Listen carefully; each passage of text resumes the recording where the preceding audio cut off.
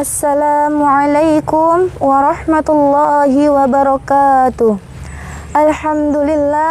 Alhamdulillahi rabbil alamin wa bihi nasta'in ala umurid dunya waddin.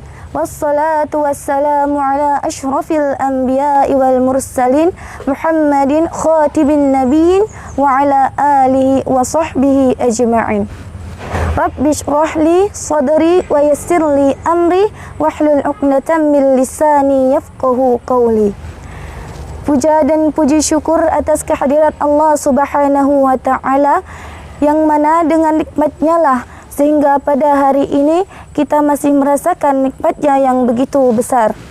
Salawat berangkaikan salam tetap tercurahkan kepada Nabi junjungan alam, Nabi besar Muhammad sallallahu alaihi wasallam dengan melafazkan Allahumma salli ala sayyidina Muhammad wa ala ali sayyidina Muhammad. Dalam kesempatan yang berbahagia ini, saya akan menyampaikan tausiah yang berjudul keutamaan bersyukur. Bersyukur adalah hal yang selalu disebut di dalam Al-Quran.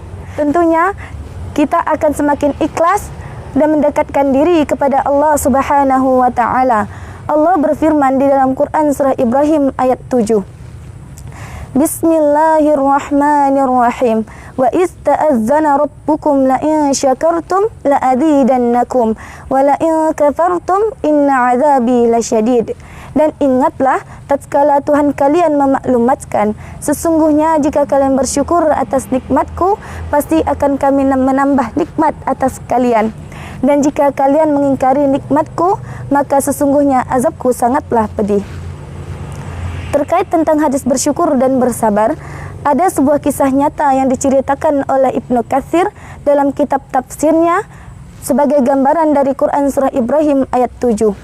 Dalam kitabnya, Ibnu Katsir mengutip riwayat dari Imam Ahmad Al-Musnad, di zaman Rasulullah sallallahu alaihi wasallam ada seorang pengemis yang diberi sebutir kurma oleh Nabi Muhammad. Akan tetapi pengemis ini menolaknya karena ia merasa pemberian itu hanyalah sebutir kurma. Kemudian datanglah seorang pengemis yang lain dan Nabi tetap memberikan sebutir kurma.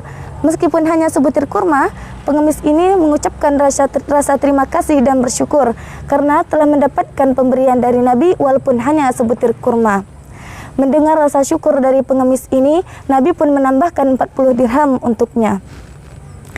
Hadis bersyukur atas segala nikmat Allah Subhanahu wa taala ini disampaikan oleh Ibnu Amr radhiyallahu anhu bahwa Rasulullah sallallahu alaihi wasallam bersabda, ada dua watak yang apabila keduanya berada dalam diri seseorang, maka Allah mencatatnya sebagai orang yang sabar dan bersyukur, yakni seseorang yang jika melihat orang lain lebih pintar atas dirinya dalam masalah agama, ia mengikutinya, dan jika melihat orang lain lebih sulit dari dirinya, lalu ia muji Allah Subhanahu wa taala atas karunia yang diterimanya.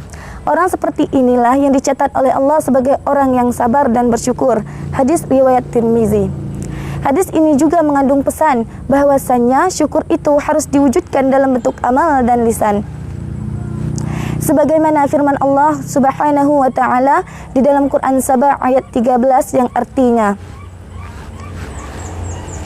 para jin itu membuat untuk Sulaiman apa yang dikehendakinya dari gedung-gedung yang tinggi dan patung-patung dan piring-piring yang besarnya seperti kolam dan periuk yang tetap berada atas tengkunya. Bekerjalah hai keluarga Daud untuk bersyukur kepada Allah, dan sedikit sekali dari hamba-hambaku yang berterima kasih. Imam Al-Ghazali mengatakan, ada 4 cara bersyukur kepada Allah Subhanahu wa taala. Yang pertama, mengucapkan alhamdulillah ketika mendapatkan nikmat atau rizki. Yang kedua, meyakini dengan sepenuh hati bahwa nikmat tersebut berasal dari Allah Subhanahu wa taala. Yang ketiga, mempergunakan nikmat tersebut sebaik-baiknya pada jalan kebaikan demi memperoleh keridhaan Allah Subhanahu wa taala.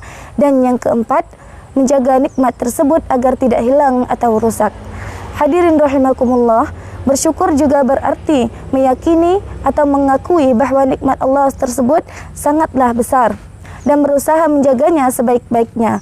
Karena hakikatnya, barang siapa yang tidak bisa bersyukur atas karunia yang kecil atau sedikit, ia tidak akan bisa mensyukuri nikmat yang banyak ataupun besar. Jika kita terbiasa bersyukur atas nikmat yang kecil atau sedikit, kita tidak akan berat untuk bersyukur atau berterima kasih atas karunia-Nya yang agung. Dan mudah-mudahan kita termasuk dalam hamba-Nya yang pandai bersyukur. Sekian yang dapat saya sampaikan, saya akhiri dengan sebaik pantun. Pagi hari pergi ke sawah, melihat burung di atas batu.